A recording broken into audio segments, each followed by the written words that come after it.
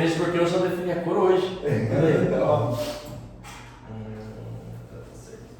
E aí, professor, vai começar ou... Vamos orar para começar. Quem vai falar? Você? Senhor Deus, obrigado pelo dia de hoje. Pai, obrigado por podermos estar aqui, podermos estar reunidos para estudar a Tua Palavra, para conhecer mais de Ti, hoje especificamente os Teus atributos, as Tuas características, Senhor. Que se a gente está aqui, porque a gente vai conhecer mais de Ti, porque o Senhor nos amou primeiro e a gente está aqui simplesmente para te amar mais, Senhor. A gente quer conhecer mais de Ti. Obrigado por cada um e abençoe cada um que esteja vindo para a igreja hoje também. Já te peço também pelo culto, que é tudo certo, que estejamos com corações livres, as mentes abertas para escutar a Tua Palavra e para te glorificar. Em nome de Jesus, amém. Amém. Então, a palavra de hoje é Atributos de Deus, é o segundo capítulo desse livro que a gente está aqui. O primeiro capítulo falava sobre a Bíblia, então a gente já falou muito sobre a Bíblia em si, a bibliologia, então não tem por que a gente retomar isso. Então, o segundo capítulo vai falar sobre os atributos de Deus.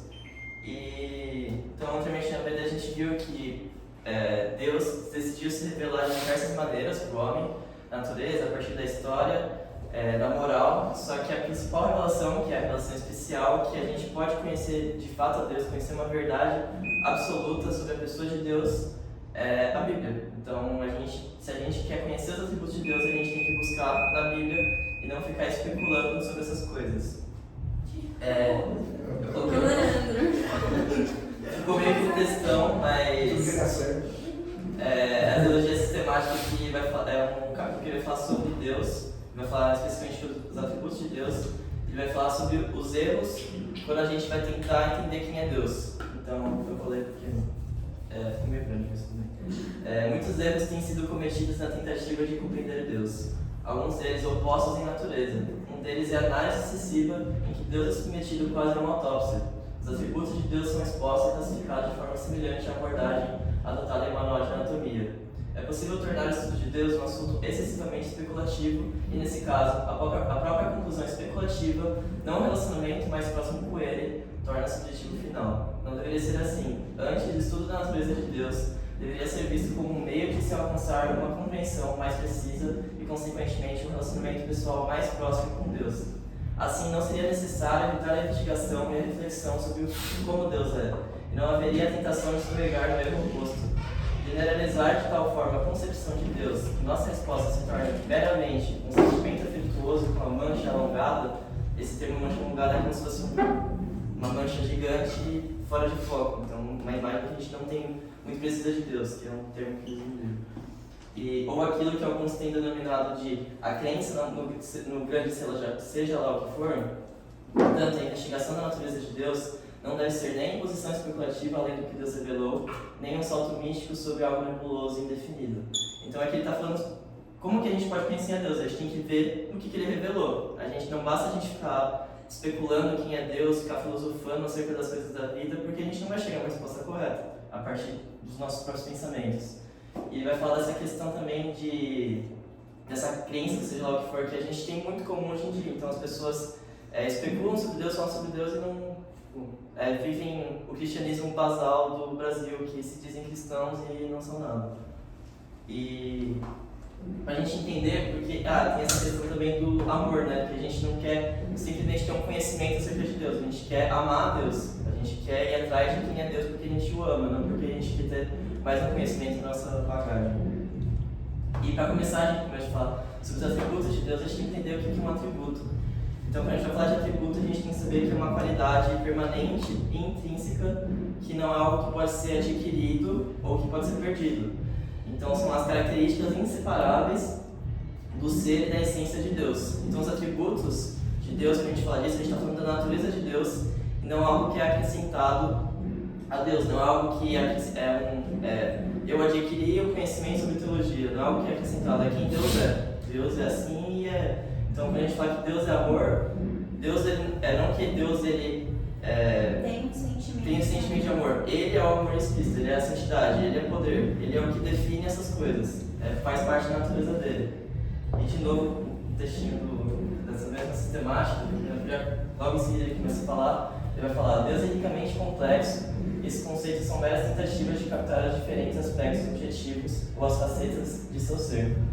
Quando então falamos da incompreensibilidade de Deus, Não queremos com isso dizer que há um ser ou essência desconhecidos além ou por trás de seus atributos. Antes, queremos dizer que não conhecemos suas qualidades ou sua natureza de modo completo e exaustivo. Conhecemos Deus somente na medida em que Ele se revelou. Mesmo que sua auto-revelação esteja certamente em harmonia com sua completa natureza integral e seja precisa, não uma revelação completa. Além disso, não compreendemos totalmente nem sabemos de forma abrangente aquilo que Ele nos revelou de si mesmo. Portanto, sempre haverá um elemento de mistério em relação a Deus. Então, com a aula de hoje não pretendo explicar quem é Deus totalmente, porque a gente não consegue ter essa compreensão. Deus ele revela o que Ele quer na Bíblia, o que Ele não quer revelar acerca de si mesmo, Ele não vai revelar. Porque a gente não vai compreender ou porque Ele não quer mesmo e está no jeito dele. Só que o que Ele apresenta na Bíblia é o cerne de quem Ele é. Ele não está mentindo, Ele não está maquiando a pessoa dele. É quem de fato Deus é. Então, a primeira coisa que a gente queria entrar, lá o Marcelo tinha colocado os atributos comunicáveis e incomunicáveis de Deus. Eu acabei não seguindo essa classificação, mas bem, foi explicado. Tem algumas classificações como a gente pode classificar os atributos de Deus. Então, o primeiro, o mais famoso, que é o que o Marcelo colocou, os comunicáveis e os incomunicáveis. Então, os comunicáveis são os que têm uma correlação com a criação. Então, é aquilo que o homem pode apresentar também. Então, o amor, a criatividade.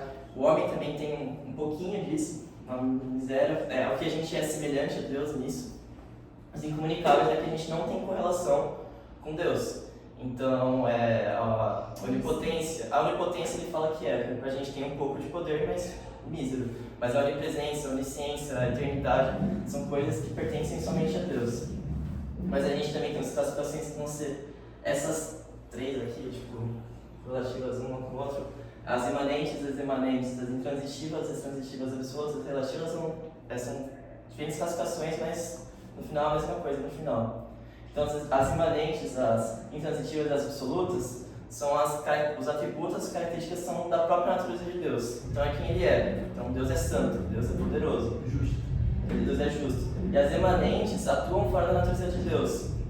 Então, são aquelas que têm uma relação com a criação. Então, Deus é misericordioso, Deus é gracioso, Deus é justo. Porque Deus aplica essa justiça sobre a criação. Ele é imanentemente justo na sua essência. Ele é emanentemente justo e poder aplicar a justiça. E aí são essas características que dependem de uma relação, não somente de quem Deus é, imanentes, as imanentes em relação à criação. Também tem os atributos os morais e os naturais, mais ou menos a mesma coisa. Os morais são relacionados à justiça de Deus, e os naturais são atributos não morais de Deus, então a espiritualidade, as coisas que não são relacionadas à moralidade. E a classificação que eu resolvi escolher é mais próxima dessa aqui, que vai falar sobre a grandeza de Deus e sobre a bondade de Deus. Eu achei que era mais fácil e achei melhor essa classificação. Eu gostei mais. Bem, a gente tinha essa aula na PEP. Os comunicáveis e incomunicáveis eu decidi não falar porque também é algo que a gente já está mais familiarizado dentro da igreja, vamos falar mais, então resolvi pegar uma classificação diferente para sair do mesmo. Então, os atributos da grandeza de Deus vai se dividir em espiritualidade, na pessoalidade, na vida, na infinitude e na constância de Deus. Então, a espiritualidade, a gente começa que Deus é espírito, Ele não é matéria. Ele não é composto por matéria e não tem uma natureza física. Ele é espírito, não tem o que Deus falar. Pai. Ele é Deus Pai, é espírito, Deus Filho, se fez homem, era espírito, se fez homem, e Espírito Santo é espírito. E ainda é homem. Ainda é homem. Mas aí, a gente tem vários livros que vão falar sobre vários versículos que vão falar sobre isso, mas o principal é João 4:24, que o próprio Jesus fala, Deus é espírito, é necessário que os seus adoradores adorem o espírito em verdade. Então, é essa questão que Deus ele não é algo físico. E é legal aquela implicação de Deus não estar atrelado a uma imagem física, a um lugar físico, é que Deus não está limitado no espaço geográfico. Então, aquela ideia de a gente necessitar de um templo que Jesus quebra aqui nessa questão do espírito em verdade, que não é para não orar em Samaria nem em Jerusalém, nem em espírito, porque ele tem todo lugar e não atrelado a um lugar físico. Vai falar lá em Atos 17:24, que eu não vou ter referência na cabeça agora. Mas também tem a questão que Deus ele não é destrutível por matéria física. Então, Deus ele não está diante das questões que a gente sofre, das doenças de quebrar, de virar pó, essas coisas. Deus ele não está diante dessas coisas, porque ele não é material. Não está sujeito a tudo isso. Além da física e da química. Ele criou isso também, ele nunca vai estar sujeito ao que ele criou. Então, as questões também, isso traz consequência. O mais complexo é o tempo. No templo da infinitude eu falei bem por cima aqui, não. Não vai frisar. E é das consequências que isso traz. Então, se a gente pensar num contexto do Antigo Testamento, isso é uma maneira de você barrar a prática de idolatria de imagens. Então, o povo de Israel, os judeus, os hebreus, viviam meio com os pagãos que idolatravam imagens, coisas da natureza, coisas relacionadas à vida, só que eles faziam imagem dessas coisas. Então, no momento que Deus ele bane essa questão que ele é espírito, que ele não tem um corpo físico, ele evita essa questão da idolatria. Então, se a gente for pensar hoje em dia, Jesus se fez homem, começou a ter imagens de Jesus, você vê pessoas adorando a imagens e não a quem é de fato Deus. Você vê pessoa pegando, tem aquele do casamento que você vira de cabeça para baixo, sei lá o que você faz. Santo Antônio, que você faz lá para você conseguir um cônjuge. Então as pessoas, elas apelam muitas coisas físicas. São Saloninho, mas É só baixar as coisas. São Saloninho. Então, essa questão de você ter essa barreira à prática de idolatria, então Deus sendo espírito.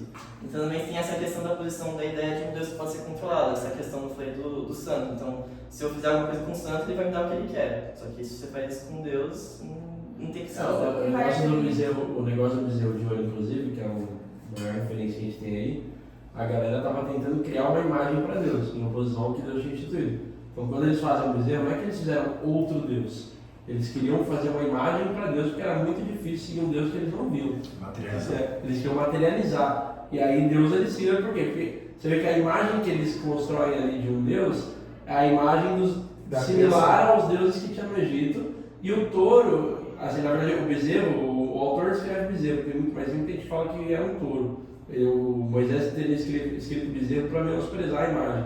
Mas o touro por quê? Porque o touro é um sinal de força, de fertilidade. E é mais comum um Deus com cara de touro no Egito. Então, quando eles fazem isso, eles falam, a gente está botando, o nosso Deus é forte, o nosso Deus ele nos dá o que comer, então vamos fazer uma imagem que representa esse Deus, vamos fazer um touro aqui. E aí Deus fala, vocês estão de sacanagem, vocês estão rebaixando a minha criação, vocês estão criando uma imagem. Isso prova que eu não conhecia mesmo, né? Porque criou uma coisa que não tinha. O castigo foi legal, pô. Amassa, moe o touro, bota na água, dá pra os caras comer e depois mata. De boa. Suave. Então, tem essa questão. Então, essa questão da barreira da idolatria e essa questão de que Deus não pode ser controlado, não pode ser retido a um espaço. E é importante a gente saber que Deus é espírito, essa questão porque a gente tem na apologética, que é você conseguir argumentar com outras religiões, com outros pontos de vista para defender o cristianismo. Então, os mormons, eles acreditam que o Deus Pai tem um corpo físico, eles não conseguem acreditar na imortalidade. Os paninteístas e os panteístas, que não são uma religião em si, mas que aglobam algumas religiões. Então, o paninteísmo é que você pode encontrar Deus em todos os lugares, e o panteísta ele acredita que Deus é todas as coisas. Então, se a gente sabe que Deus é espírito, que ele não é relacionado com a criação dessa forma, ele é imanente à criação, a gente cai nesses problemas. E a arca, os querubins? Então, quando a gente tem lá no Antigo Testamento, que Deus vai falar para Moisés fazer o tabernáculo em Êxodo 14, eu acho, assim. Não sei, mas Êxodo alguma coisa. Passa pra mesa. Era uma forma de mostrar que Deus estava em meio ao povo. Então, você tinha toda a questão lá do Santo dos Santos, você tinha o tabernáculo, você tinha todo um lugar para mostrar que Deus estava em meio ao povo. Então que o povo todo acompanhava de acordo com como o tabernáculo se movia no deserto, quando eles estavam no Canaã, nos 40 anos lá que eles ficaram. Aí depois o tempo, essas coisas. Mas era uma forma de mostrar a presença de Deus em meio ao povo. Mas eu acho que a verdade é mais dos querubins, né? Os querubins Então eram imagens. Eu acho que a questão dos querubins ali, quando você vai ler, inclusive, Hebreus, mano, eu descobri que Hebreus é a carta mais impressionante que tem. Mas Hebreus ele vai falar que todas as coisas ali, elas são sombras, né, são sombras do que vem em Cristo. E se não me engano, em Ezequiel, ele vê o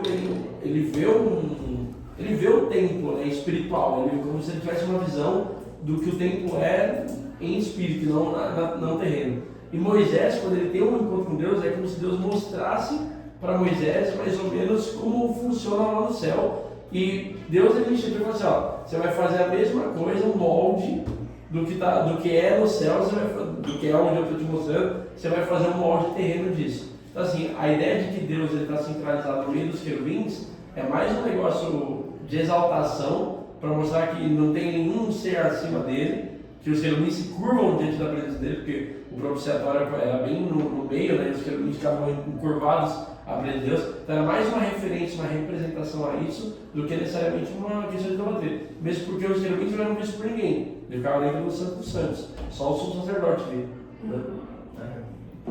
A imagem em si não é. Tipo, você criar uma imagem não é ruim. Então, tipo, a gente tem essa ideia que fez um santo, fez um vitral, isso é um problema. Tipo, a gente tem igrejas protestantes na Europa que tem vitrais falando sobre a história, que era uma forma de você ensinar. O problema é que, a partir do momento que você cria uma imagem, você cria a possibilidade da pessoa começar a adorar essa imagem. A partir do momento que você dá poder a essa Dá poder, imagem, então. que você dá poder a uma característica dessa. Você Disso foi criado. porque o ser humano é religioso demais, né? Então, a partir do momento, sei lá, uma cruz em si não é um problema, só que a partir do momento que você fica lá, Você usa como um amuleto? usa como amuleto, você precisa daquilo pra te Tipo, ajudar. por exemplo, essa correntinha, eu ganhei dos meus pais quando eles foram pra Israel. Tipo, se eu colocasse de um jeito, assim, se eu usasse esse negócio de um jeito como um amuleto sagrado, não posso sair de casa sem isso aqui. Aí é uma outra coisa. Eu uso mais porque foi um presente dos meus pais. Mas se um dia eu perder um negócio desse aqui, eu vou ficar chateado. Mas a minha fé não pode depender disso. Ah, nossa, meu dia só vai ser bom se eu tiver com a minha corrente. Entendeu? A estrela em si não tem problema nenhum. O problema é o que eu faço mesmo. Que aí tem a ver com o meu coração. Então, o próximo atributo de Deus é que ele é um Deus pessoal. Então, Deus ele é um ser individual, ele tem autoconsciência, ele tem a vontade, ele é capaz de sentir, escolher e se relacionar com outras pessoas e seres sociais. Então, tipo, durante muita história, em muitas religiões, você tem essa questão que Deus ele criou o mundo e não se relaciona com a criação. Ele é como se fosse uma máquina que sustenta o universo, mas tipo, em si ele não tem contato com o ser humano, cada uma das pessoas. Mas o que a gente aprende através da Bíblia é que ele é um Deus pessoal. Então, Deus, através da história, ele sempre se revelou através de nomes. Então, qualquer que seja o nome, Deus, ele dava nomes para indicar a pessoa dele, mostrar quem ele é, né?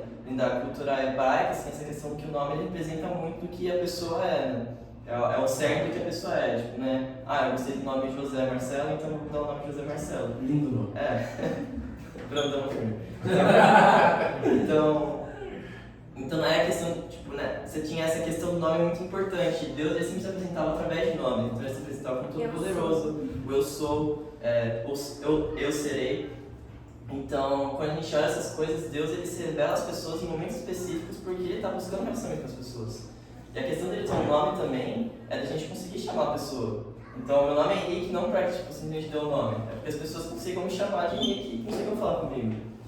E também tem a questão da atividade de Deus. Então, se a gente pensar no Éden, Deus ele ia até Adão e Eva e falava com eles. Quando a gente vê lá o relato de Gênesis 3, você vai perguntar o que Adão tinha feito quando ele tinha pecado.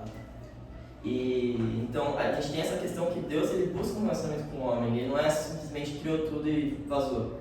Ele criou e sustenta a criação e ainda continua se relacionando com a criação. Tem qual corrente filosófica mesmo que fala isso? É do Hegel, eu acho. Não é Hegel, Tava na sistemática. Enfim, mas é como se Deus tivesse dado a partida. Ele é uma força motriz que começa a humanidade e depois ele se Ele ausenta. simplesmente sabe. Ele tchau. Então ele funciona aí, tchau. Ele não é de... Soltou a bombinha e saiu correndo. É tipo toquei a campainha e tchau, tá ligado? Então Deus ele tem essa questão dos nomes, que ele se revela às pessoas, e tem essa questão da atividade e como ele age através de toda a história. Como fala com os pais de Israel, ele fala com todo mundo, ele fala conosco hoje em dia. Então as implicações disso é que o relacionamento que a gente tem com Deus, ele agloba tanto o afeto quanto uma compreensão entre a gente e Deus. Deus não é simplesmente uma máquina que eu peço o que eu quero e dá o que eu quero. Tem que existir essa questão do afeto, do amor entre você e Deus, de você buscar Deus porque você o ama, não porque você quer um favor. E essa questão do nosso relacionamento é uma máquina e suprir os nossos desejos. Isso é bom a gente saber também que Deus é um Deus pessoal, porque tem certas religiões orientais, hinduísmo, budismo, que em si nem tem Deus, o hinduísmo tem, mas o budismo também nem tem um Deus direito. Mas essa questão de que no hinduísmo, tipo, você consegue alcançar a sua paz interior, você alcança lá o nirvana, só que em si, os deuses deles não são deuses pessoais que interagem com você. Eles criaram tudo e não estão nem aí pra você. E as filosofias e alguns misticismos. Hoje em dia também as pessoas, acho que deve ter um Deus, mas não sei se ele se preocupa com o mundo, tem fome, tem guerra, porque, tipo, esse Deus eu acho que ele não se interessa pela criação, mas o que a gente entende é que Deus se importa com a criação dele. Nossa. A gente entende, diga-se de passagem, com evidência, com embasamento bíblico e dentro de um raciocínio muito lógico, não simplesmente de forma cega, né? Eu acredito. Eu senti que Deus falou comigo, a gente consegue ver isso no dia a dia e isso é muito claro. Só que aí no final é que Calvino fala muito dessa questão, o que o Espírito Santo fala com você. Você pode argumentar o que quer que for, que no final vai ser o que você sentia porque o Espírito Santo. Vai ter o cara que vai ler a Bíblia 10 vezes e não vai sentir nada, vai ter o cara que vai ler um versículo e vai sentir alguma coisa. Aí eu falo, tipo, a revelação de Jesus Cristo morrendo mostra Deus pessoalmente se preocupando. Deus vindo até o homem. Essa é a revelação máxima do quanto ele se importa com a criação dele. Se fez homem, se humilhou. Verdade, sempre, né? Que ponto importante, né? O próximo aspecto é que é um Deus vivo, então ele é um Deus que, como a Rebeca falou, é o eu sou, é um Deus que ele mesmo se autossustenta. Então ele é o que não foi causado. Deus ele simplesmente existe. Ele não se autocriou, ele simplesmente estava lá. Ele é. Então, tudo que existe, a gente é porque Deus permite que a gente seja. A gente, como vai falar em Hebreus, que todas as coisas existem através de Cristo. Cristo ele sustenta toda a criação. Então, a gente não pode. Então, quando a gente fala essa questão do verbo também, que a gente encontra lá em João 1, do Logos, é essa questão do ser. É a questão que ele simplesmente ele não depende de outras pessoas para existir. Então, a Bíblia, é interessante que em nenhum momento ela defende a existência de Deus, ela não pretende argumentar contra isso, ela simplesmente afirma. Você começa lá e Deus criou a luz e criou a luz. E é isso. E é uma premissa muito básica, né? Tipo, se a gente parar pra pensar no contexto que a Bíblia foi formada, você não tinha ateus. Tipo, não existia um ateísmo. Assim, quando você pega os próprios filósofos gregos, a maioria deles eram teístas. Eles acreditavam assim, era um ou outro que falava que não tinha nada, mas a maioria dos filósofos eram teístas. Eles acreditavam que existia um Deus. Talvez eles não acreditassem no Deus Pai, Jesus Cristo e tudo mais. Mas eles acreditavam em Deus. Então, assim, o ateísmo é uma coisa muito nova na história. Pensar que não existe um Deus. Então, quando fala assim, Deus é, porque tipo, não importa falar se ele existe ou não, porque todo mundo sabe que ele existe. Esse é o ponto. A Bíblia foi formada no contexto que todo mundo sabe que ele existe. Que existe um Deus. Que existe algo. Entendeu? Tem um ponto que, tipo, Deus entre todos esses deuses, ele é um Deus que existe de fato. Então, a gente vê, acho que eu coloquei aqui a referência, mas tem uma referência, acho que em Jeremias. Jeremias ele começa a zombar dos ídolos, porque eles tipo, simplesmente não existem. Ele começa a zombar os pagãos porque eles adoravam deuses que não existiam. E o Deus dele de fato existe, é um Deus que é vivo. Então, a implicação disso é que Deus é eterno, vai falar mais pra frente, mas nesse ponto já dá pra pensar porque Deus ele não foi criado por alguém, ele não se autocriou, ele simplesmente existe e ele é. Não tem muito mais o que falar. Então, também tem a questão que Deus é independente, então muitas vezes a gente tem essa questão, os homens simplesmente não ligam pra Deus, tem um pensamento muito coitado de Deus, Deus vai ter ficado triste, essas coisas.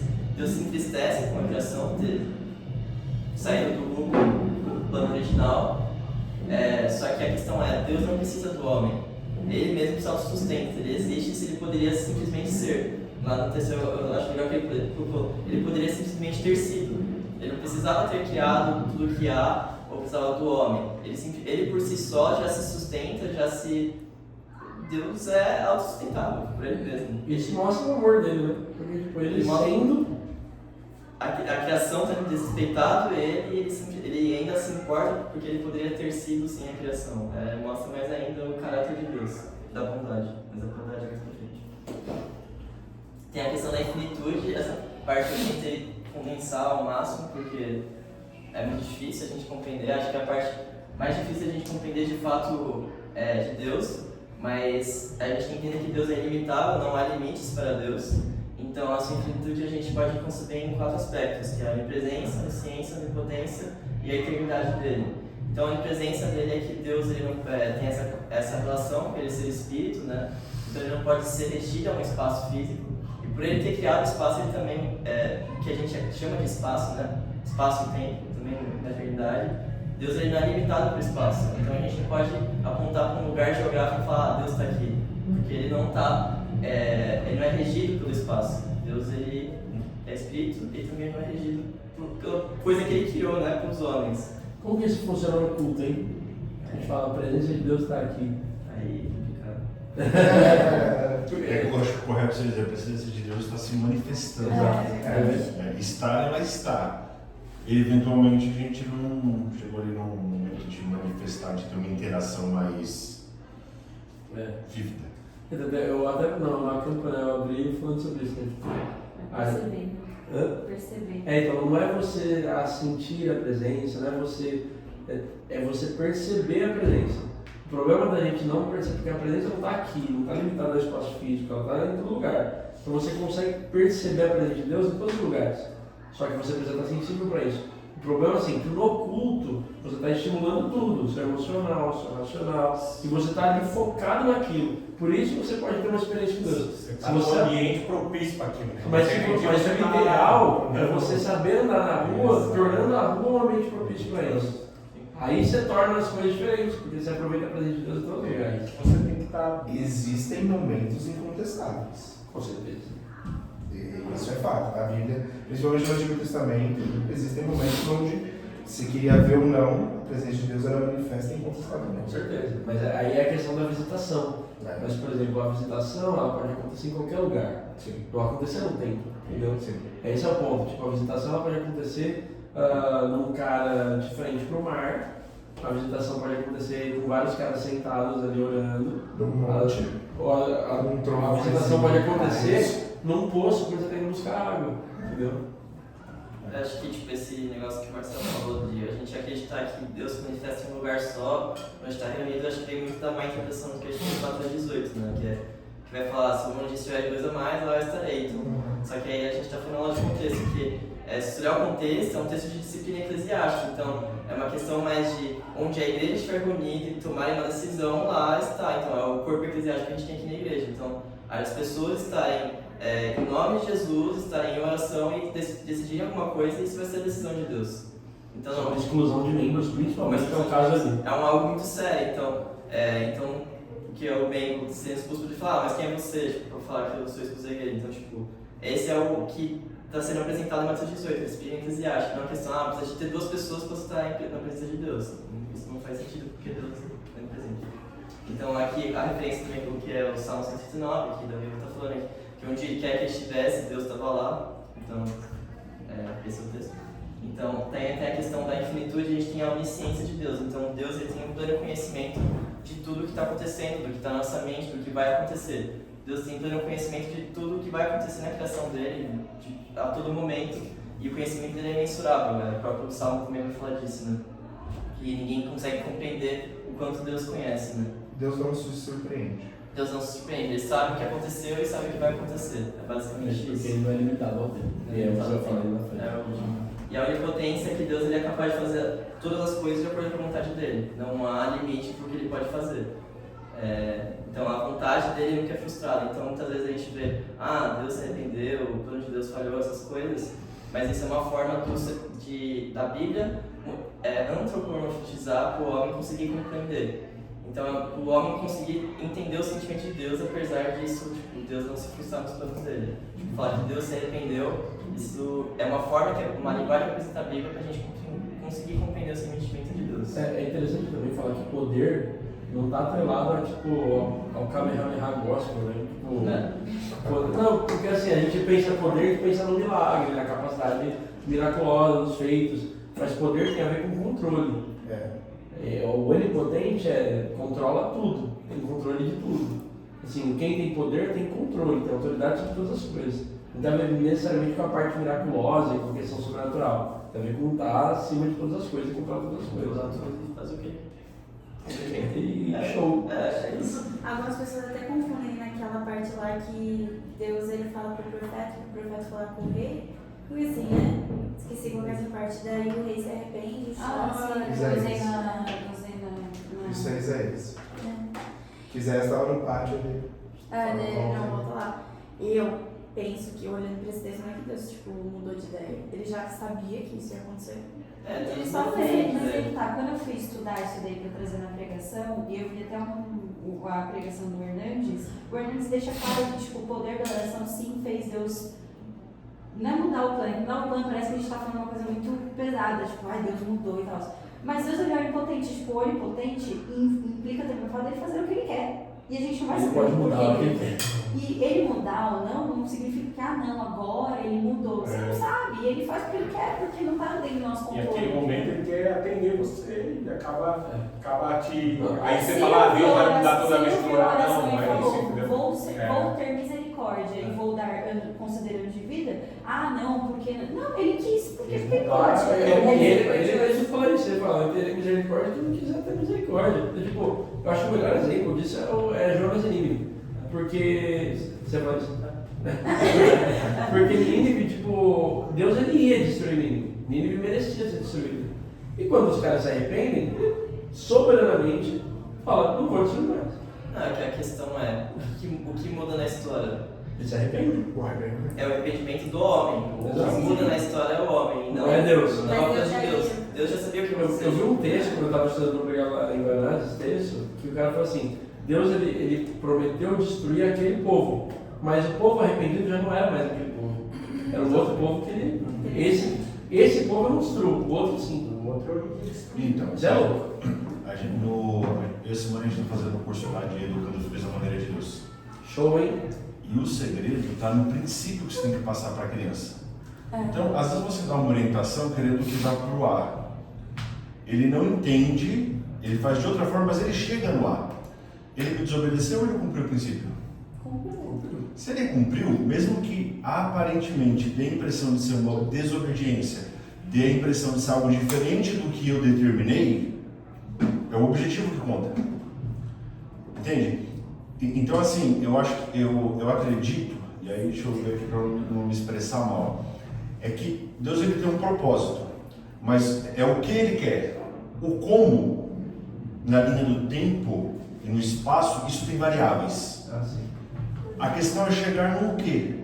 O como está aberto a possibilidades. Como? Livre agência. Livre agência. Conceito complexo. Mas acho que no final Ainda bem que a gente vai falar de eternidade. como ia chegar. É um conceito bem complexo, ainda bem que a gente vai falar sobre eterno agora, né? Pra mim, eterno não entra na minha cabeça. Como esse sempre existiu.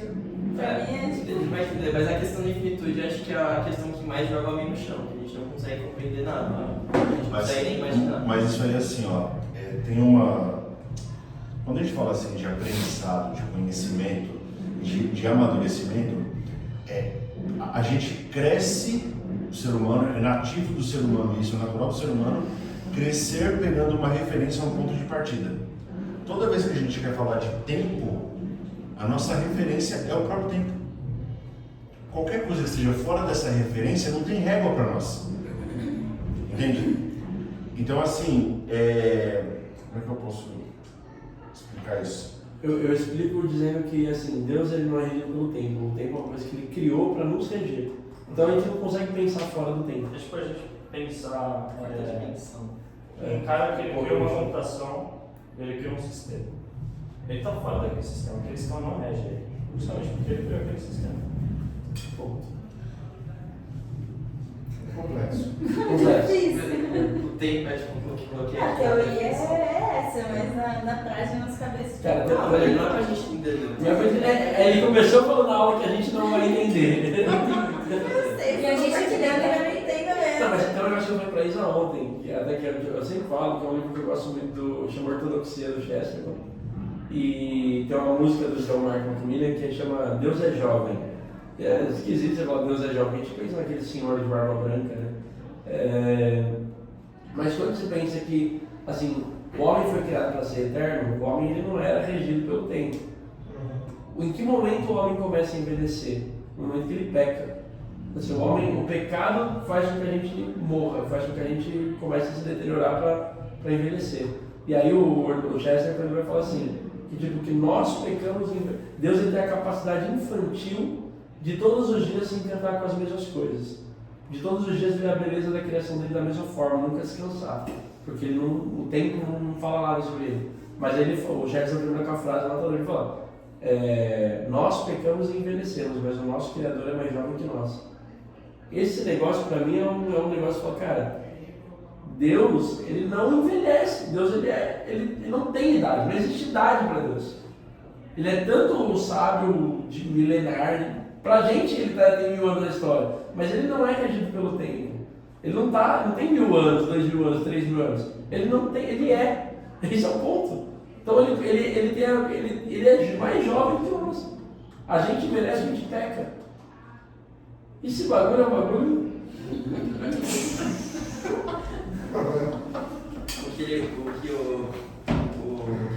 O Erickson coloca até ele falar essa questão, que Deus não cresce nem se desenvolve. Porque ele já é o que ele precisa ser, o que ele é. Então, tipo, não tem. Ele é. Então não há variação na natureza de Deus. Então essa questão de Deus, a eternidade está muito junto com Deus ser constante, Deus ser imutável, né? Ele sempre foi o que é e sempre será o que ele é. Então, já coloquei no final que a infinitude é uma coisa que humilha o homem, porque a gente vai ficar tentando pensar, a gente vai discutir e a gente vai voltar para o ponto que eu coloquei no começo da aula. A gente vai começar a filosofar e a gente não chega em nada, porque Deus ele revelou o que ele queria e a gente não tem sede disso. Aquela cena de filme, né, que você pode pegar 500 caminhos diferentes, mas você sempre volta no mesmo lugar. Aí você pega um caminho diferente, volta no mesmo lugar. Vai pro caminho diferente. E o Chester continua num lugar diferente, velho. É isso eu acho que o perigo disso, velho. O perigo disso é a gente precisar tanto de não chegar nem no mesmo lugar, chegar no lugar errado. Mas se a gente chegar no ponto... É isso que ele estava falando no começo. Se você começar a brisar nas coisas que a gente não concebe, que não tem como a gente perceber, a gente provavelmente vai errar. Mas então, bom, se você sujeitar aquilo que você sabe ao que está escrito sempre, você não tem como errar. Então, tipo, o erro começa no momento que você cria a sua própria convicção e acredita nela. E você está mais acessado no conhecimento de você saber do que você ter um amor por Deus, que ele fala, esse é o perigo. Você quer ter o conhecimento, você não quer conhecer a Deus, porque Deus quer que você saiba. Se a conclusão for ele é, vocês estão muito bem. Mas é isso, ele é. E tem a última questão que a gente tem que estar discutindo, que é a questão da constância, que Deus ele é imutável. Então não há mudança quantitativa ou qualitativa na pessoa de Deus. Os pensamentos, os planos dele, eles permanecem e não vão se mudar, porque ele também não é regido pelo tempo. Então nessa questão, tipo, vou mudar de ideia porque ele é regido pelo tempo, tem futuro para ele. Não tem que se arrepender também porque ele é onisciente, como ele vai se arrepender? Se arrepende porque você errou. Então... Deus é um jovem sem futuro, cara. Então... Sem passado. Sem passado, presente. Eu ficar no presente, mas... Então, eu podia até fazer a questão de quando a Bíblia apresenta mudanças de ideia e de arrependimento, que são antropomorfismos. Então, são descrições que permitem ao homem compreender o sentimento de Deus mediante um acontecimento.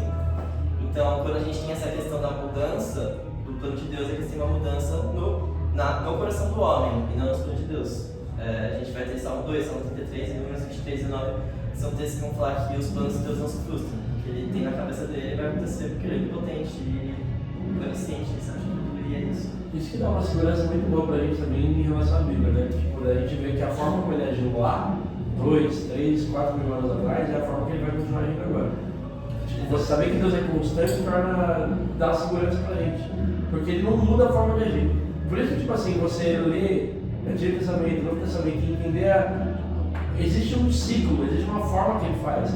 Existe a forma como ele se alegra, como ele se entristece, como ele se ira, como ele aplica a justiça dele, seja para bem, seja para mal, no nosso caso, né? Então, tipo, ele sempre vai agir da mesma forma, não muda. Então, assim, quando você está falando, tipo, você está passando por um processo onde de repente você se afastou de Deus, você está mal e as coisas param de dar certo, por quê? A Bíblia explica, porque Deus está te disciplinando, porque Ele quer puxar você de volta. Então, assim, você sempre tem uma segurança muito boa, porque ele sempre agir da mesma forma, porque ele é constante. A gente olha as coisas da vida, do meu caos, você não sabia, só que você tem olha constante do passado, constante dos outros, da própria igreja, você consegue ter uma segurança, porque Deus... É o que o Thiago vai falar, tipo, vários irmãos do mundo inteiro passam pelas mesmas coisas. Mas toda história, né? É toda história, toda história. Não, e detalhe, mesmo quando ele se manifestou em homem, mesmo quando o filho dele esteve aqui, ele também foi constante, tanto que Jesus deixa claro que tudo que ele aprendeu com o Pai.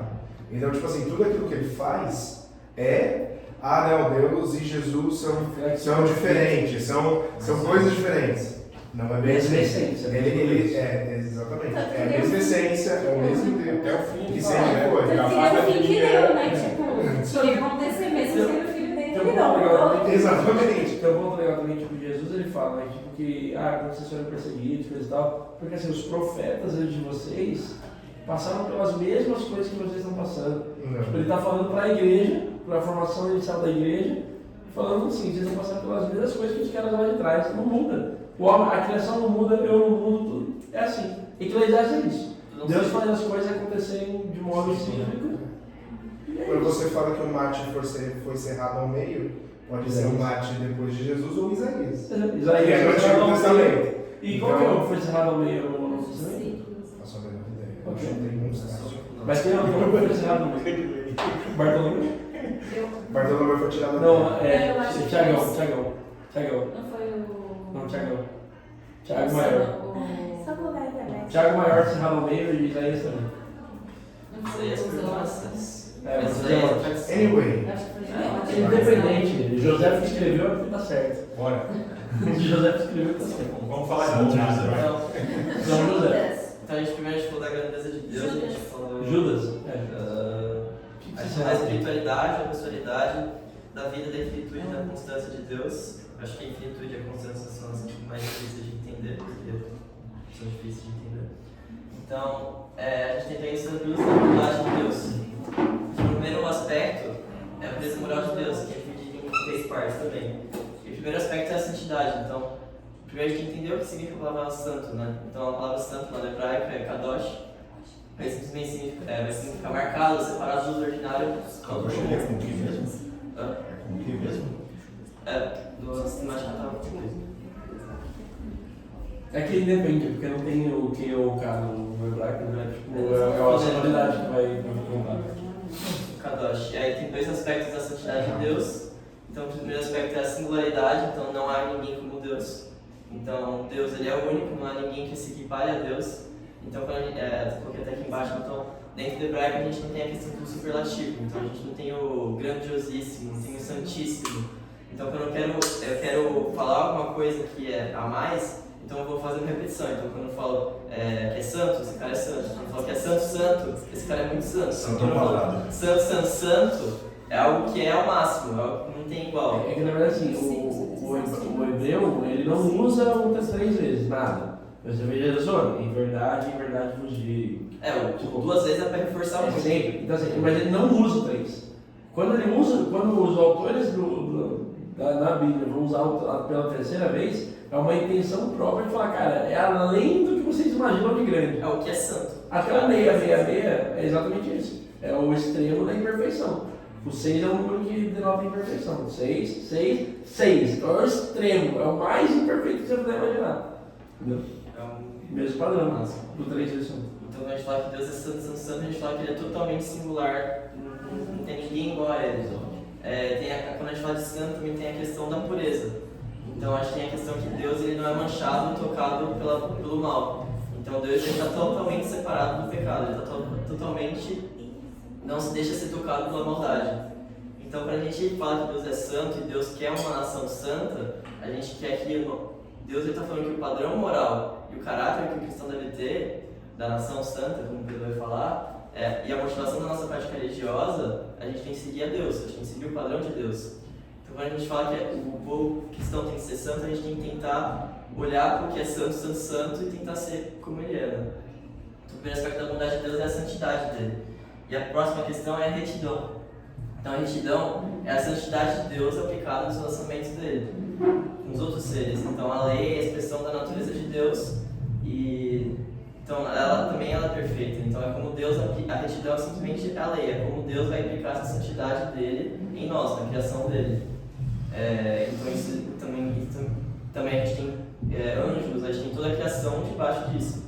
Então por isso que ele coloca que são todos os seres. Então, tem um negócio que eu gosto que é tipo, quando Deus está falando com Abraão ainda, ele vai falar sobre a terra e tudo mais, ele meio que está explicando que o povo vai ser peregrino numa terra estranha. E ele falou assim, que ele está falando do Egito, e ainda vai chegar o momento em que eles vão merecer ser castigados, mas ainda não é o momento. E até o Egito merecer ser castigado leva 400 anos. Você vê que a retidão de Deus e o cuidado da lei dele está acima da criação. É tão certo, mas tão certo, que Deus mesmo espera o tempo. Ele sabe que os caras vão chegar lá. Ele sabe que os caras vão merecer punição. Mas ele espera o tempo da punição chegar no nível de precisar de disciplina. Tipo, dentro da retidão dele, do padrão de justiça dele. Ele sabe, ele já está falando, 400 anos, daqui a 400 anos vai ter um problema aí e eles vão ter que ser castigados. E pode confiar. Mas eu vou esperar os 400 anos para castigar. Isso daí acho que entra mais no aspecto da graça do que da retidão. A retidão ela está mais envolvida com o fato de Deus, ele aplica a lei dele. Se você e ele segue a própria lei dele. Hebreu, se você é o povo do jeito, entendeu? É que Deus apresenta, tipo, aqui, mas pra frente a questão da graça e da misericórdia. A graça vai ser mais relacionada à questão da pecaminosidade e a misericórdia é a questão do homem estar afetado pelo pecado, o homem ser miserável, o homem sofrer. A retidão vai estar mais ligada ao aspecto que as ações de Deus estão em harmonia com o que ele apresenta. Então, é a santidade de Deus aplicada. Deus, ele mesmo, ele segue o que ele estabeleceu. Então, lá em Jeremias 9, ele vai ter falado dessa questão que Deus, ele não quebra com a lei, ele é justo e vai cumprir com a palavra dele. Então, isso aí é engraçado que tipo, a gente tem como o egoísmo como um pecado. Então, se a gente pensar que Deus, ele segue tudo com harmonia, não seria Deus egoísta por querer tudo para a glória dele? Tipo, não seria egoísmo da parte de Deus? Só que a questão é que o pecado do egoísmo não é eu pensar em mim mesmo apenas. É você pensar no que é finito, você não colocar Deus como sendo a sua vida. Então é isso que é o egoísmo. Então eu deixo de ligar para outras pessoas porque eu não tenho Deus como sendo a minha vida, porque as outras pessoas são uma criação tal como eu. O ismo ele denota sempre excesso, né? E o egoísmo é excesso de si. Excesso de si mesmo. É que aí a questão dentro do que ele apresenta aqui, pelo menos no que eu li, ele apresenta o egoísmo você colocando não somente você como o mais importante, mas você não colocando Deus como seu centro. Não, sim, eu estou dizendo que assim, Deus, ele não sendo uma quantitativo ou qualitativo, não tem como ser alguém que tem excesso de si. Exato. A gente é finito. A gente consegue, a gente tem um limite. Aí tem um limite, a gente tenta se exceder em nós mesmos. Mas a gente não consegue, a gente é limitado. Mas Deus não tem limite. Então como que ele vai ter excesso de si? Não tem como. Tem lugar que sempre para a glória de Deus, a melhor coisa para essa coisa ser para a glória de Deus é para ela mesma, tá ligado? É o que é, tipo, quando a gente tem que Deus nos faz alma vivente, eu sempre gosto de falar isso, Nazaré. é sensacional. Que eu vi isso, eu aprendi isso com o Jonas Madureira, ele vai falar que quando a alma é algo que remete muito à garganta, então quando eu falo que a minha alma tem sede de Deus, como a corça que anseia por Deus, essa questão da sede, o homem, e fala que o homem é feito alma vivente por Deus. O homem, desde o princípio, ele foi feito como essa garganta que anseia por Deus no momento. Então, o homem foi feito para glorificar a Deus, ele encontra prazer nisso. O homem é um ser de sede. É um ser de sede e anseia por Deus, vai se satisfazer em Deus. Então, não adianta eu procurar isso, dinheiro, outras coisas, tipo, eu sempre vou ficar com mais sede, porque o que vai me satisfazer é de fato Deus. Fizeste no Senhor para ti, e o nosso coração não descansa enquanto não repousar em ti. Quem que falou isso, André? Agostinho de Hipona. Santo Agostinho. E aí a última questão da pureza moral é a justiça. Então, Deus administrando a sua lei, exigindo que os outros agentes da criação morais, eles sigam essa lei que ele estabelece a partir da santidade dele. Então, desde Gênesis, a gente tem essa questão que Deus afirma que vai ter consequência do pecado. Vai ter a morte, né?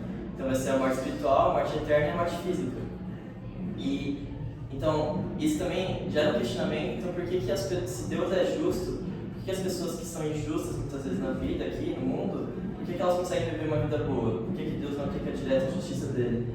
Só que a gente vê, todo momento a Bíblia desde o começo afirma que o salário de Deus é o pecado, do pecado é a morte. Então a gente não pode classificar a justiça de Deus, analisar a justiça de Deus a partir do tempo, no curto prazo, porque no final os caras vão se dar mal. 90 anos para Deus não é nada, né? O cara volta a vida inteira, os 90 anos dele, chega para a vida dele, ele vai sofrer com as consequências do pecado. Mas às vezes. Salomão. Salomão, Sansão ia falar, cara. Mas Deus também pode.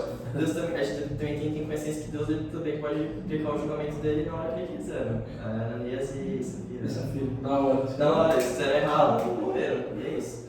Então a gente vai falar dessa questão da justiça de Deus lá em Romanos, Salmos, entendeu? Também não vou lembrar dessa agora. já tem a questão da integridade de Deus, que ela vai ser aspectos relacionados à verdade. Então a gente vai ter a genuinidade, a veracidade e a fidelidade. Então a genuinidade vai ser a questão que Deus é real, que é a questão que ele existe. Como eu tinha falado em Jeremias, que Deus entre os outros deuses, ele existe de fato, ele é de verdade, e Jeremias ele fica zombando os outros falsos por idolatrarem estátuas. A veracidade vai se relacionar com a questão que Deus sempre diz a verdade. E é legal que a veracidade ela vai estar intimamente relacionada com a onisciência. Então, se Deus sabe tudo o que vai acontecer, e ele fala, você pode ter confiança que aquilo vai acontecer, porque o que ele está falando é verdade. Então, se o Marcelo pode falar que eu acho que o Palmeiras vai ganhar o Brasileirão, ele pode estar mentindo, porque ele não tem onisciência. Mas se Deus falar que o Palmeiras vai ganhar, eu torço para que ele ganhe. Tomara que não. Mas essa questão, que a onisciência e a veracidade de Deus sempre diz a verdade, estão intimamente relacionados. Isso vai falar em Tito e em Hebreus. Mas eu estou falando profeticamente. Vai ter a questão também da fidelidade, é que Deus prova ser verdadeiro. Então, ele é real, o que ele diz é verdade, e ele vai provar a verdade dele. Então, o que ele falar que vai acontecer, uma hora vai acontecer. Então, as promessas que Deus faz, como ele faz para Abraão e para todos os países de Israel e para o próprio Israel, essas promessas se cumprem. Então, Deus, o que ele disser que vai acontecer, vai de fato acontecer, ele vai fazer acontecer porque ele é onipotente. Então, o segundo aspecto da bondade de Deus é essa questão de integridade. Então, o que a Rebeca falou lá, que o que Deus falou que ia acontecer, o que era ruim, isso a todo momento era verdade. Era algo para você se confiar, porque a integridade que Deus apresenta é verdadeira. O último aspecto que a gente tem é o amor. Eu tentei resumir esse porque era muito extenso, era um monte de página.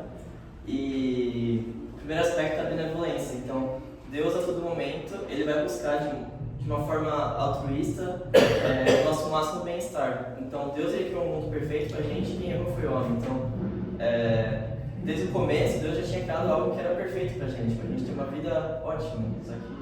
Só que É só ver a lua de mel do Dudu e da Thaís. Aí você vê aquilo e você fala, não tem como. Eu mandei várias mensagens pro Dudu assim, né? Atrapalhando a lua de mel deles claramente. Mas eu falei, cara, isso aí é o Éden, velho. Porque tipo, vocês estão. Você está em contato com a criação, vocês estão felizes, estão livres, estão, tipo, casados, né? Óbvio. Mas eu falo assim, Deus criou pra ser assim. Sim, mas a brincadeira. Tá casado, Não, Como se fosse. Guardinho com o cara. Essa é uma das partes boas, né? Isso que eu tô falando. Você tá no meio legal. Não, essa é uma das partes boas, porque tipo assim, mano, eles estão ali, eles comem, bebem, se satisfazem e em contato pleno com a criação, tipo, em plena paz. E você falou do Éden, é meu Éden, só tem eles dois lá. Só tem eles dois atrás, tipo, não, mas você olha. De vez em quando aparece o cara do bar lá. Era o Abel vindo trazer o Guaraná, o suquinho. Aposto que o nome do cara era Abel. Mas o próprio Dudu que trouxe um negócio, ele falou, cara, eu tive um tempo com Deus aqui que foi surreal. E, cara, é onde você tem um choque pra mostrar o quanto o pecado acabou com tudo. Quanto que ele destruiu tudo, porque lá a gente tinha tudo que a gente tinha. Deus disse que era bom, era bom de fato. Era muito bom. Eu acho que essa questão do amor, pra mim, ela é mais densa, mais profunda do que a questão da eternidade. Principalmente ali no finalzinho, quando fala de persistência. Cara, a gente, acho que a cada minuto, a cada segundo, o homem, a humanidade, né, de forma geral, ela dá e dará motivos para Deus, tipo, deu. É que eu acho que, tipo, a persistência a gente consegue até entender. Então, tipo, se alguém erra com a gente, você vai ficar, mano, não consigo perdoar essa pessoa. Você consegue ter esse sentimento. A infinitude você não consegue nem imaginar. Aqui a persistência você consegue, mano, como que ele faz isso? Tipo, é algo que você consegue imaginar. Você não consegue imaginar a motivação dele por trás disso. Você não consegue imaginar a motivação. Não, eu fico olhando a capacidade de execução. Porque assim, a motivação ok, mas, cara, fulano pisou tanto na bola, fez tanto. Tipo assim, dos seus pecados não me lembrarei. Mas aí tá um ponto. Tipo, eu acho que a persistência ela tá totalmente atrelada à eternidade. Porque Deus sendo eterno, não sendo limitado pelo tempo, ele é persistente por saber o que há de acontecer. Ele é persistente por saber onde as coisas vão desaguar. onde o rio, ele é parecido porque ele sabe onde o rio vai desaguar. Mas mesmo aquele que ele sabe que ele vai se perder, se ele tiver que ter 50 mil interações de... Aí a gente vai entrar naquela seara, né? Não, mas...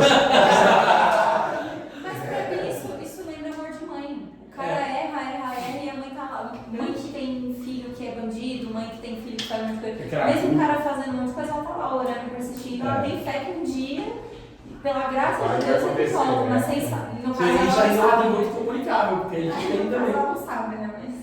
Você vê? Você pensa em seu filho. Seu filho fizer tudo errado, você vai deixar de amar ele? Deixa eu ver? Você vai deixar de amar teu filho e persistir nele? Essa não é uma boa pergunta para responder.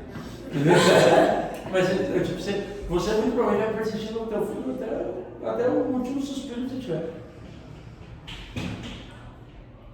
Isso você sendo um homem falho. Quanto mais nosso pai que é perfeito. Caraca, tem Mas é amor. Não é isso, é amor. Não, é fácil difícil entender. É difícil. E a benevolência, né, tem a questão da auto-entrega, né? Então, pelo menos tem essa questão de Deus fazer tudo que é bom, o homem falhar, e Deus, em Jesus, mostrar, tanto que até em João 3,16, que é essa questão da auto-entrega. Pensa na questão lá de Sodoma e Gomorra, que chegou no limite para Deus. Ele falou, vou acabar com tudo. Aí Abraão começa a negociar. E se tiver 100? Não, e se tiver 40? E se tiver 30? 10? 1? Sabe? Por muito menos qualquer ser racional ele já teria resolvido a questão. Entendeu? Mas assim, é esse o amor de Deus, essa benevolência de Deus, é isso para mim, é algo que é mais profundo do que a própria eternidade. É o que mais constrange, né? É constrangedor. Eu não sei se tem esse termo, né, constrangimento alheio, mas é constrangedor a forma como Deus nos ama. É o amor constrange que faz você querer mudar. Tipo, e tem gente que não muda. Mas é porque não foi. Mas talvez porque não tenha sido alvo desse amor. Olha aí. Obrigado com a CA. Vamos continuar com a graça, então. Não, mas eu tô indo. Eu não tô indo muito. Eu não tô viajando pra Serra agora. Não tem. Desliga o Marcelo aí. Eu tô precisando. Dá umas bicas nele aí, exato. Então, Eu já dei umas olhadas, mas ele não captou ainda. Ele tá de costas. O próximo aspecto do amor de Deus é a graça. Então, quando a gente tem a graça, tem essa questão da gente não merecer. Então, é o que mais constrange o homem, porque é o que vai estar relacionado intimamente com o pecado. Então, Deus ele é gracioso no seu povo não de acordo com o que a gente merece, mas o que a gente necessita. Ele dá o que a gente necessita e não o que a gente merece. Porque a gente precisa o que a gente merece é a morte. E ele não oferece somente a morte, né? Você participa da morte da vida. E é com você. Então a gente tem a questão do amor, a questão relacionada com a misericórdia também. Então, enquanto a graça está mais relacionada com o pecado, com o homem estar decaído e estar sujeito à morte, a misericórdia vai estar mais relacionada com a questão da gente ser miserável e necessitado. Então, o sofrimento no mundo. Então, Deus, em diversos momentos, ele vai para os miseráveis e vai ajudar eles. Porque ele é um Deus benevolente, um Deus de amor, que é amor. Então, vai estar a questão da persistência também, que é o que o Marcelo estava falando, da questão de reter o juízo. Então, reter o juízo sobre o Egito, que ele usou como exemplo. Então, Deus ele retém o juízo dele até onde dá. Então, ele vai, a todo momento, vai continuar oferecendo a salvação. Mas vai chegar um momento que ele vai cumprir a justiça dele. Ele não vai negar o caráter de amor dele e vai cumprir a justiça dele. Nenhum dos dois são antagonistas, né? Mas isso é uma questão mais para a aula da redenção, dessas coisas, né? Da expiação. Então, a persistência vai estar ligada a isso. Deus ele é longânimo. Deus, ele vai, apesar da pecaminosidade do homem, ele vai continuar insistindo no homem. Eu coloquei errado. Mas a gente pode pensar isso com Moisés, Davi, Salomão, com quem quer que seja. Então, Davi principalmente. Davi errou pra caramba e ele ainda era o rei segundo o coração de Deus. Deus tinha escolhido ele. Ele era o rei que Deus queria ter colocado lá, desde o princípio. E é uma referência de rei para chamar um tipo de Cristo ainda. Filho de Davi, então você vê a importância que Davi era, né? Davi não era o segundo homem do coração de Deus porque ele se arrependia, isso é um erro. Os 3 bisnetos só não foram mortos por causa de Davi. Então, o próprio Salomão também fez um monte de pataquada e Deus teve misericórdia. Então, agora a gente chegou na conclusão para acabar. Então, a gente tem que entender que o atributo, uma qualidade permanente e intrínseca. Então, faz parte da natureza de Deus, não é algo que é adicionado a ele, uma acréscimo à pessoa dele. A gente tem que entender também que existem diversas maneiras de classificar esses atributos, então pode ser aquele de imanente, os comunicáveis e não comunicáveis, mas aqui eu acho que para ficar melhor para entender o que é a grandeza de Deus e a bondade de Deus, Então a gente vai ter a espiritualidade, a sensualidade, a vida, a infinitude, a constância. Na bondade de Deus, a pureza moral, vai ter a santidade, a justiça, a integridade e o amor, que também tem os seus subitens. Então, acabar essa aula a gente entendendo que se a gente ama a Deus, a gente quer buscar conhecer mais dele.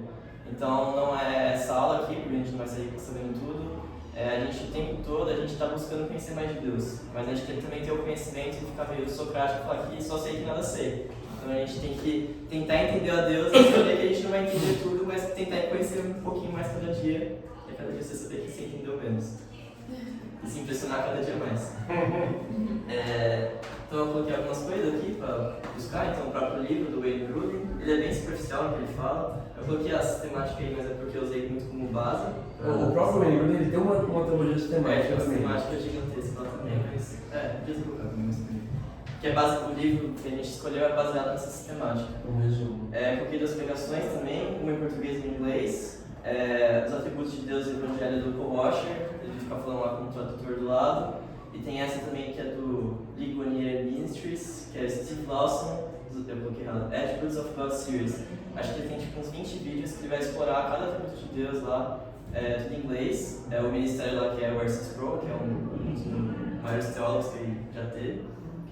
Coloquei uma série de vídeos também que é do Bible Project, que é caráter de Deus que com animaçãozinha, essas coisas, apesar de parecer bobo de vez em quando, ele tem uma profundidade absurda nos dois caras que fazem. Tem uma capacidade de síntese muito boa. Em 6 minutos Se você quiser aprender Bíblia, você abre lá no YouTube, Bible Project, e vai.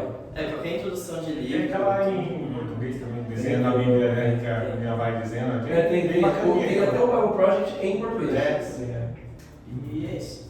Sem vídeo em português. Acabou no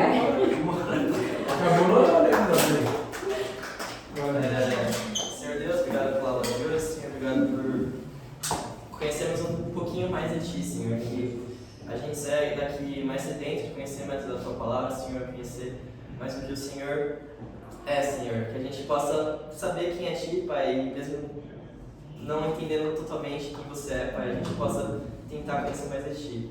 Que isso tudo seja por amor, não por simplesmente conhecimento, Pai. Queria te pedir agora pelo culto também, pela abertura, pelo louvor, pela pregação, Pai, que a todo momento o Senhor seja glorificado, que não seja nada dos nossos corações, de cada um que está servindo hoje, que possa ser tudo para a Sua glória, que também sejamos com as nossas mentes, nossos corações abertos para saber o que o Senhor quer falar com o Seu povo hoje, Senhor. Que também tenha um momento de comunhão hoje, que a gente possa conversar, a gente possa explicar os nossos problemas, rir juntos e a gente possa ter um ótimo momento hoje, Pai. Em nome de Jesus, amém. Amém. Amém.